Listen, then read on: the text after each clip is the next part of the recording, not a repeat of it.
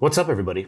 And welcome to Creepy Hotel, Fall on a Friday edition. Sometimes you're on the road and, I travel with my stuff in case I have the opportunity to link up with somebody to do a podcast, or I happen to be in a super creepy hotel and I can do an episode there. Either way, it's Friday. We're going to do two questions today. One of them relatively long, but I think it's a great way to go into the weekend. One of them is pretty short, but a pretty heavy topic. So let's get into it. Here we go. Okay, I got the red smoke. Gun run, north and south, west of the smoke, west of the smoke. Okay, copy, west of the smoke. I'm looking at danger close now. Come on with it, baby, give it to me, I need it. Get cleared hot. Copy, cleared hot. All right, like I said, here we are. You can see behind me in my creepy hotel in the state of Florida. You're pretty wild, Florida. The people here, they do interesting things. I appreciate visiting and the fact that I don't live here. But personal choice, and I'm sure the people here are fantastic. Actually, my experience here has been great, but this hotel is pretty odd. So I have my gourmet coffee. That's what they called it. I'm using their term, not mine. And two questions. Like I said, the first one is going to be shorter, a little bit heavy. Actually, not that heavy. It's pretty simple in my mind, actually. And the second one is a little bit longer, but my thoughts on it, I think, lead us into a good end of the week. And hopefully, thoughts about yourself and who you can be as a person and what you should be like as a person. So let's dive in. Question one. This I actually got in response to somebody getting some apparel delivered to their house. Said, thanks. My wife said, thank God you are finally cleared hot. I mean, I like your wife already. She understands the finer things in life. We enjoy your content. On a separate note, I have recently retired after 32 years as a police officer in a large department. I spent all 32 years on the street as a beat cop, canine officer, and beach patrol. Hard ass fucking job. During my career, I was involved in two fatal incidents. My wife always thought that I should feel more remorse over these incidents. Well, I can tell you I never did, and I still don't. Does this make me a sociopath? I mean, they were trying to kill me. I often wonder if I should feel remorse. Curious to your thoughts here, as I'm sure you've experienced fatal incidents a few more times than I have. It's an interesting question, and I'm glad that really almost nobody, when you look at the totality of the population on the planet, finds himself in these situations. Yes, I understand that people are getting killed every day, that police officers every day, somewhere in the US or somewhere in the world, are either involved in or taking actions that involve the loss of life. But from an overall number of people on Earth versus the overall number of people that directly touch something like this, it's super, super, super small. And I'm glad that it's that way, because it's a heavy choice, and it's something that you will carry with you for the rest of your life. And it doesn't have to destroy you, but it also, I personally believe, doesn't leave you the same person that you were before that, and that's okay. If anybody watching or listening now has listened to the podcast in the past, you know that I believe in post-traumatic growth, and I actually think that we should focus on that growth. And the things that you go through can, I don't want to say rebuild you, but they can be the building blocks if you work through them appropriately and don't just bury them deep down inside until they come bubbling up in an inappropriate manner. They can make you a better version of yourself. Again, my opinion on that. Does it make you a sociopath that you don't feel remorse over these incidents? No, I don't think so at all. The occupation that you were in for 32 years, right? You obviously volunteered for your job. The occupation of being in law enforcement, or the occupation of being inside of the military. If you're joining the military and you're telling yourself or others that, hey, I'm picking this particular occupation because it's a safer job and I'm not going to ever have to worry about things that others do, or I'll never be on the front lines, or this, that, or the other, you're lying to yourself a little bit, especially in times where manning becomes an issue and particular departments or occupations become short-staffed. I'm not trying to talk anybody out of military service. What I'm trying to say is don't lie to yourself and don't lie to others. It's an occupation of arms. And at the end of the day, you're probably, if you're smart, able to find an occupation that may keep you away from those activities, but it's not a guarantee. A long-winded way of saying, don't lie to yourself. So, with that in mind, either going into the law enforcement occupation or the military occupation, it is something, and I'm going to make an assumption here for the individual that wrote this, that you at least knew there was the possibility that you would be around things like you described. 2 fatal incidents. So you knew what the occupation was getting into it, and you did the job for 32 years. And it sounds to me, and this is true of every cop that I know, and I'm not saying that there aren't sociopath cops. The cops that I know are looking for every single possible way to not be involved in a lethal incident, to not pull their gun out of the holster, to not put their finger on the trigger and line the sights up and break a shot off at somebody and take their life. The cops that I know are trying to do the exact opposite of that. They are trying to find every single way for that not to happen, but they know it's a possibility. I think you would be a sociopath if you joined that occupation or sought out that occupation and it was your sole goal to find those opportunities. And then you found them and then you slept well at night and they had no burden or weight on you. That is what I think would make you a sociopath. What I don't think most people understand, and this is probably true of your wife, is how little time you have to make decisions in these environments. I was just at a Fieldcraft Survival Resilience seminar. I forget if he called it a resilience seminar or resilience rendezvous is what he called it. And at the end of that, the last day, Mike put on some scenario training. And my wife, Leah, was a part of this. And I've done some shooting with her. Actually, I can say for a fact. I was going to say I don't know if she's ever done scenario training like this. I know for a fact she had never done scenario training like this.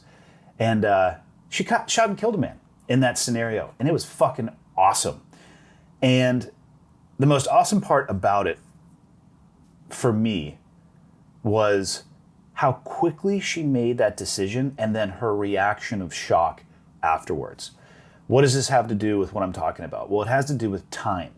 The amount of time that my wife, Leah, and that everybody else in those situations had to make a decision. And they started all of this scenarios with weapons, but weapons were holstered.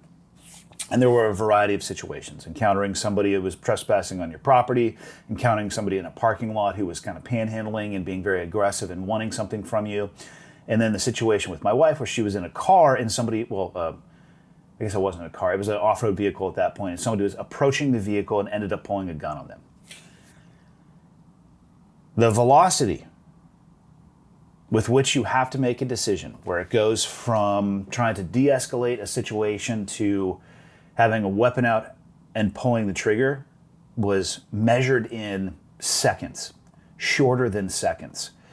And until you are placed into a scenario, a training scenario like that, or a real world situation like that, you are not going to understand how hard it actually is.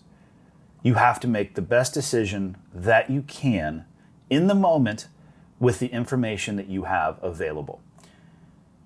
Are the correct decisions always made? No, not even close. Do you have to live with the decisions that you made? Yes, you absolutely do. And in your situation, you described it. They were trying to kill you, so I'm going to assume that you took the appropriate action, and you're still here today, and they are not. Should you feel bad about that? My personal answer is no. I don't think you have anything to feel bad about. You did your job to the best of your ability. Should you remember those things for the rest of your life? Yeah, I think you should. And I don't think you're going to have a choice, really. I think it's very common for people who are in these situations to have thoughts or emotions bubble up from time to time, or even in your mind just to drift back to the incident. And I think that that's a very healthy thing. I would advise you to not try to avoid that. And if it gets to a place where you're feeling a little shaky about it, I would highly recommend that you go seek somebody who's a professional at things like that, or talking or working your way through things like that. It's always nice to have somebody who is objective and understand how the brain works and manages and processes trauma to sit down and talk with. And maybe you don't need to at all. There's no judgment on either side of that. Some people it's very impactful, other people it's not impactful at all. But I don't think it's something that you need to feel remorse about. If you are put into a position in your occupation where you have to make a decision and somebody is going to lose their life because they are threatening or trying to take yours, you do the absolute best that you can. Understand that your actions have a great impact on the other side of that equation, right? There is a family also associated with and loved ones associated with an individual that lost their life. But what's the alternative? You took no action and your wife is a widow and you didn't make it to retirement and didn't get to now hopefully spend another 32 years with what sounds like an amazing wife exploring life to its fullest because of the time that you've already put in. It's not a very good alternative. I don't think that any officer should be out looking to take life, but individuals have to be held accountable for their actions. And if somebody tries to take your life, especially in the execution of your job, you are authorized as a sworn officer to protect your life and the life of others. And that may not be something that your wife will ever truly understand. But here's the beautiful thing. You have the rest of your life to have these conversations with her if you want to. And if she does bring them up, I would talk about it in broad terms. I would talk more about the limited amount of time that you had to make the decisions that you did, as opposed to getting into the specifics, because the specifics aren't going to matter for her. I'm glad that she never lived in that world and that she doesn't have to, but at least maybe you can paint a broad picture of the situation, how little time that you had to make the decision that you did. And yeah, you're not a sociopath. I don't think it requires a feeling of remorse. I think it requires a feeling of respect and an understanding of the weight of the decisions and actions that you took. That's just my personal opinion. Question number 2. This one comes off of an email, and the only way I can figure out, and this is a long one, so stand by, everybody, is just to read it. There's no way that I can screen grab this. So there's a little bit of a timeline associated with this and then the story. So let's start with the timeline. I got unexpectedly discharged out of the Navy in boot camp in late 2014 for a fraudulent enlistment as a direct result of listening to my recruiter when he had told me just say no about that part on the box while I was sitting across from him at his desk filling out my medical questionnaire. Good job, recruiters. You guys do some fucked up stuff sometimes. You're not all fucked up, but for anybody getting ready to go into a recruiter's office, if you have the ability to do so, please take somebody with you who has military experience, or at least a parent or an advocate. And just remember, you don't have to sign anything in the moment. I'm not trying to talk anybody out of military service. Recruiters' jobs are to recruit people, and just remember that. Okay, back to you. I did what he said. Never thought about it twice, and that one single no checkbox ultimately got me sent to a separation division on processing day 4 of boot camp in Great Lakes. While I was in that separation division, a guy in the sister division across the hall tried to hang himself with his bed sheets, and a female lost her mind and smeared her feces all over the head walls. The head is the bathroom in the Navy. I wanted only to go to BUDS and to serve as a SEAL in the global war on terrorism. I wanted to make sure that no one else had to die in the name of another man's religion. Good luck with that one. I had walked into the recruiters for the first time ASAP the Monday morning after Chris Kyle was killed on Saturday, February 2nd, 2013. I had just recently turned 18 and was in the middle of reading Chris's book when he was killed. The event of his death, for whatever reason, prompted me to feel like it was my time to step up to the plate. I believed that I was ready. Maybe I wasn't, but I believed that I was the right man for the job. My recruiters told me that the only way for me to get a SEAL contract would be in boot camp, and that I first had to go to boot camp with a different job. They also convinced me that I had to get completely unnecessary tattoo removal on non-visible and non-offensive tattoos, which had forced me to stay out of the pool during the healing process for 7 different removal sessions. Yeah, you got some bad beta from your recruiter for sure, on a variety of reasons, or topics, I should say. And that I also had to get a second and expensive GED. They also misled me into believing that the 2-letter rate/job abbreviation for the contract that I ended up unwittingly signing actually stood for something entirely different than what I was led to believe. And that this contract that I signed would somehow allow me to obtain a SEAL contract in boot camp. Just remember what I said about recruiters. That contract turned out to not even be a Naval Special Warfare feeder rate, meaning a job pool. At least when I went into the military, you had to select from a pool of jobs that was allowed to go to BUDS, because not every rate, which is the job pool, the jobs inside of that job pool, was actually even eligible to go to BUDS. So you had to pick one from the smaller pool that would even allow you to go to BUDS afterwards. So the contract turned out to be not even one that is a Naval Special Warfare feeder rate, and ultimately wouldn't even allow me to be eligible to try out for BUDS. So I was completely screwed. I tried to cancel and nullify the contract in multiple different ways, including MEPS, and nobody would help me. My recruiter also told me that they would send the police to my house to forcibly bring me in if I didn't show up for my boot camp date. Awesome. They even put an incorrect last name on 100% of my military paperwork that nobody would correct despite my multiple requests. I even stood up at the moment of truth to try to rectify these issues, and the senior chief there didn't help either, but just yelled me into oblivion and told me that my inability to follow instructions was going to end up getting all of us killed, and to go back into the room. I'm not sure how your inability to follow instructions, or the fact that you were trying to correct your legal last name, was going to get anybody or everybody killed. I suspect that senior chief was just playing the role that he was required to in that moment, but also for anybody in that position, maybe do the person a solid and help them fix their fucking last name so they don't have to go through that later on, right? Like, not everything in the military is a life or death issue. As in fact, almost nothing is. Just fucking take a rap off. Okay. It even has the incorrect last name on my fraudulent enlistment DD-214 to this day. So my recruiters lied to me every single step of the way, and then the Navy labeled me with fraud for doing exactly what my recruiters told me to do. Sickening. Never again volunteer yourself, which is a common abbreviation for the Navy, unfortunately. All right. That's a wild story.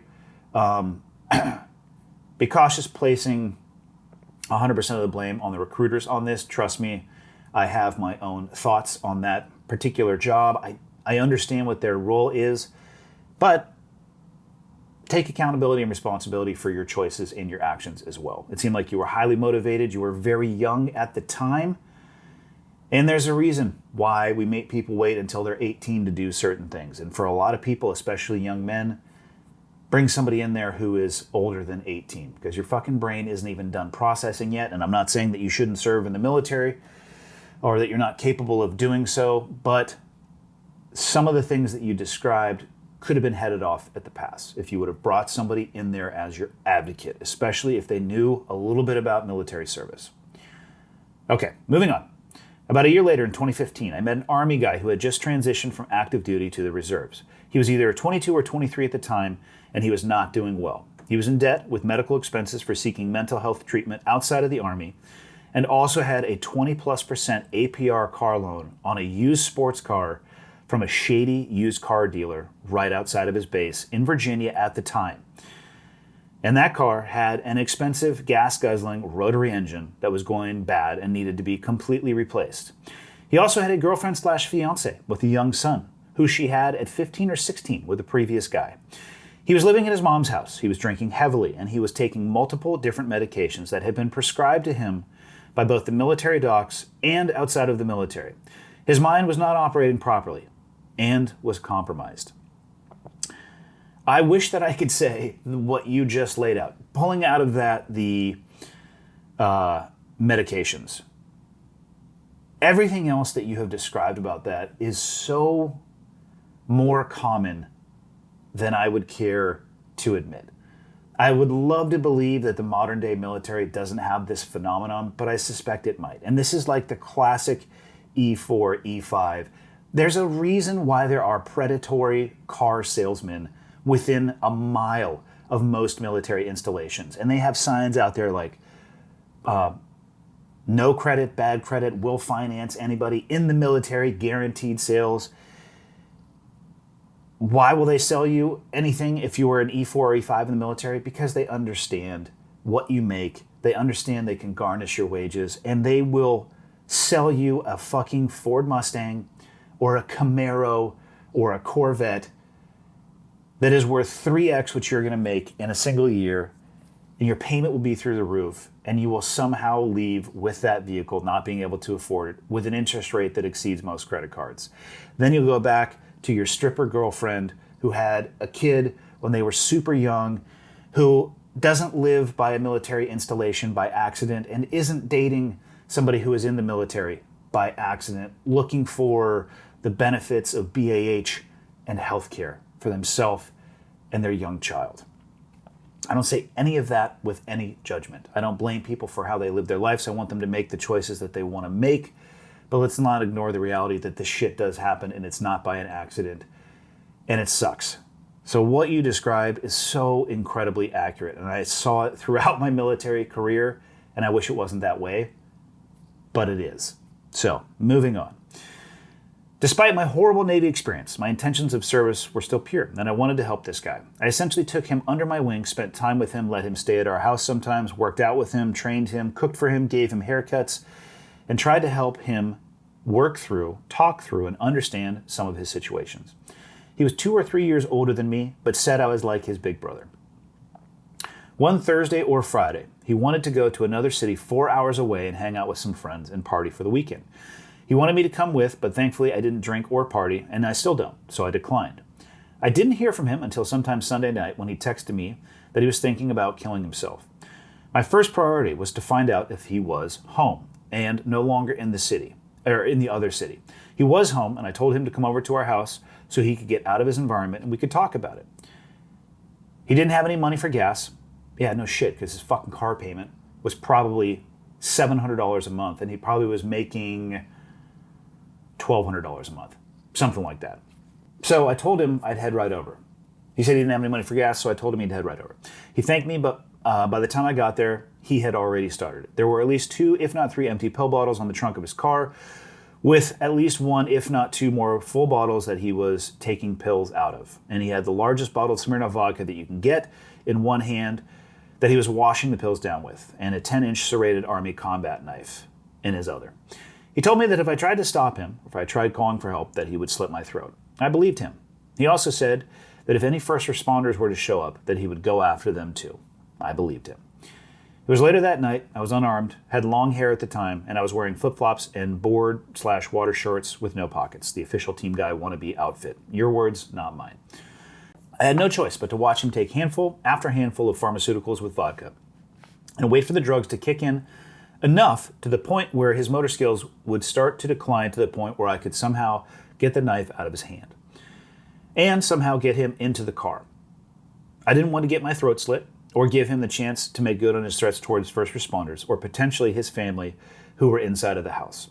At one point, his young middle school age little brother came out and asked me where he could sell his Xbox.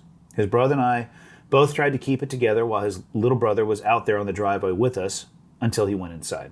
I think his little brother knew that he was having money troubles and wanted to help his brother however he could, which for him was by trying to sell his Xbox to give his brother the money.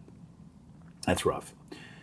His little brother went inside, and by this point, his motor skills were starting to decline. He put the knife down on the trunk of his car to try to catch his balance to remain upright, and at this point, I distracted him enough to convince him to get into the car with me. I didn't want to call 911 at that point because an ambulance would have taken twice as long to get to our location, and I didn't want to give him the time or opportunity to pick the knife back up and to potentially make good on any of the threats that he had made either to me or to potential first responders later on.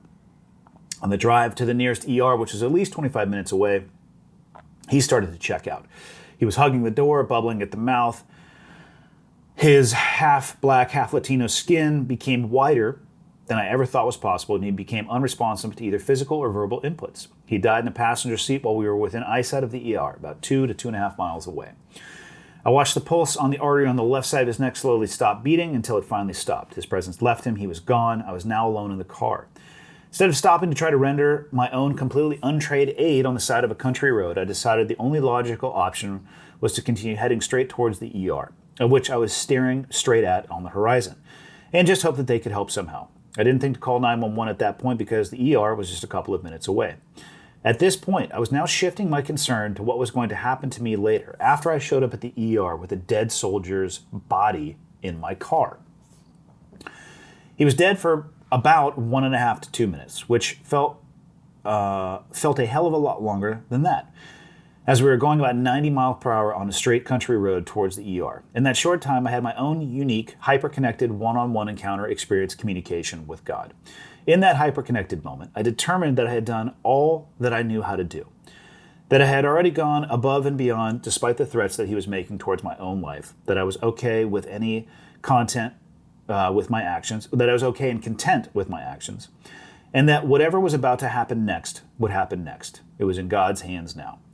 The exact moment/millisecond that I came to those conclusions within myself, my one-on-one hyper-connected encounter with God came to a close, and simultaneously the dead soldier leaning against the door with no pulse all of a sudden jerked up and sprang back to life, and he called out in a deep voice, "I'm not going to the hospital without cigarettes."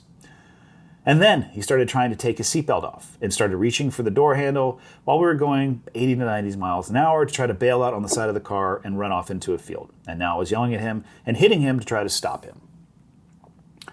Long story short, I was now ecstatic and grateful that he was alive, but I had no choice but to get him his cigarettes because I was not about to chase this guy into a wheat field at night with flip-flops on. I got him his damn cigarettes and a lighter at a nearby gas station, which I had to pay for because he had no money, and then I got him back into the car, into the ER parking lot, and convinced him after 4 or 5 cigarettes to come with me inside. I went straight to the front desk, and the woman told the woman exactly what had happened in quick detail, and that they needed to get him back there ASAP. He was losing his motor skills again and was getting on and off the floor. The ER refused to take him back for treatment until they had his insurance information on file. An ER tech came out from the back and said that he was an Army combat medic and knew what was going on, but he said he couldn't touch him until they had insurance information filled out. Completely out of luck, he actually had his disorganized wallet in his back pocket, and after searching it, I eventually was able to find what I thought was the accurate insurance card and filled out the hospital forms in my shaky, chicken scratch handwriting on his behalf, and they took him back and ultimately treated him. I was there until 4:30 a.m. and got to see him once more while he was hooked up to machines after they had done whatever they had done. After the short hospital stay, they sent him to a mental hospital where he stayed for however many days/weeks. I took a few calls from him while he was in there. After that, I hung out with him for a week or two. I tried to help him a bit more. I kept in touch with him for about a month and then ultimately ended up never hearing from him again. I figured he wanted to move on, and frankly, so did I. I have a screenshot of text messages from him that night and a picture that I took of him after he got out of the mental hospital. He did get discharged from the Army as a direct result of this incident, and I spoke with his sergeant who arrived in uniform at 2 a.m. while we were at the ER. Moving on. Before this incident, I didn't think that he had any previous criminal arrest record. Less than a year ago, after no contact with him since then, I decided to look up his name, and I found a series of mugshots. He has acquired a violent criminal record, largely related to family domestic assault and violence. One of his most recent mugshots, in which he was in an orange jumpsuit, he was arrested on some form of terrorism charges. Based on the style of facial hair in his mugshot, it looks like he might have converted to Islam, and based on his charges, he may have potentially taken up some form of radical Islam. He's apparently had multiple arrests and charges, so as far as I know, he still may be in prison for quite some time. I don't really want any further contact with him in the future, and I can't help but worry that he may hold some sort of ill will against me. So now, after all of that backstory, with which I have so many comments, but I'm going to leave them be. The ER staff, I don't know how that shit works. If you have somebody who shows up in an ER and then they're in the military, they're obviously covered by TRICARE, that you have medical insurance being a part of the military. Any ER should know that. All you would need to be able to do, hopefully, is find his military ID. That should be a satisfaction right there of insurance. But again, I'm not a specialist. I have so many things that potentially I could say about how you dealt with the situation. A guy dies in the passenger seat of your car and you get him cigarettes because you don't think you can keep him in the car. Like if it's a true medical emergency, drive to the fucking ER, hold the guy in the car while you get to the ER. Again, No judgment on any of that stuff. You probably did the best that you could in that situation. This sounds like some very, very hill rod shit. And sometimes I guess that's just how it goes down. So let's focus on your question, and then I can get everybody off to their weekend.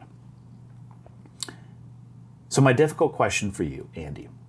Despite him threatening to slit my throat and also threatening the lives of any potential first responders who may have arrived, I chose to stick around and try to save his life. And I guess I succeeded in that.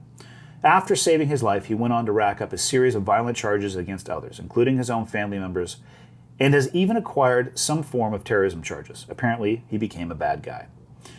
With this information, was saving his life the right thing to do at the time? Or would it have been better if I would have left and had hypothetically let him die that night, like he so desperately wanted to? Or is this a question that's impossible to answer? It wasn't in me to just leave him there and to let him die that night, or for him to potentially go on to hurt and kill someone else. But now it hurts me to know that he went on to do and become.